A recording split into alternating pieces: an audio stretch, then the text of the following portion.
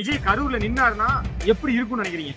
சூப்பரா இருக்கு. உங்களுக்கு அவர் மேல கோவம் இருக்கா? யார் மேல? விஜய் மேல. கோவமே கிடையாது. என் பையன் என் மகன் கண்டிப்பா சீமா வரும். அப்படிங்களா? கண்டிப்பா இது ஒரு அசம்பாவிதம் நடந்திருக்கு. திட்டமிட்ட சதிதான். அது மக்களுக்கு அவர் மேல ஒரு வருத்தமோ கண்டிப்பா கிடையாது. 100 கிடையாது. வெற்றி பெறுவார் நினைக்கிறீங்களா? கண்டிப்பானே கண்டிப்பா. ஏன்னா எல்லா பசங்க எல்லாம் அதுதான் ஓட்டு போடுவாங்க விஜய்.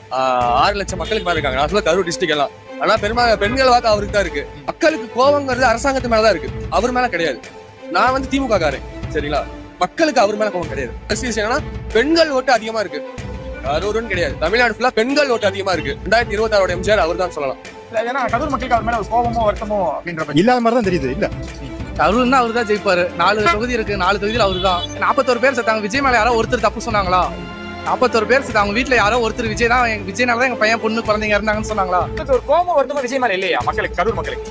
இதுக்கப்புறம் விஜய் மேல நல்ல பேர் தான் உருவாயிருக்கு. ஒரு அசம்பாவிதம் நடந்திருக்கு. ஜனங்க போய் வந்ததுக்கு அதுக்கு அவங்க தான் ஆறு என்ன பண்ணுவாங்க? என்ன போய் கோவம் வருத்தா? நாம ஜனங்க போய் வந்ததுக்கு போய் அவர் மேல கோவப்பட்ட கதையாகுமா? போலீஸ் பாதுகாப்பு இல்ல, அதான் சொல்லலாம். அவர் மேல இந்த வட்டம் கிடையாது. சாக்கடை மூடி இருக்கா, இல்ல லேடிஸ் போட்டு எங்க இருக்கு, அதுக்கு தகுந்த மாதிரி இவங்க ஒரு பாதுகாப்பு கொடுத்துருக்கலாம். மக்களுக்கு ஒரு கோவமோ வருத்தமோ இருக்கும்னு நினைக்கிறீங்களா? அதெல்லாம் ஒண்ணு அது நடக்க கூடாத இடத்துல வச்சுட்டாங்க.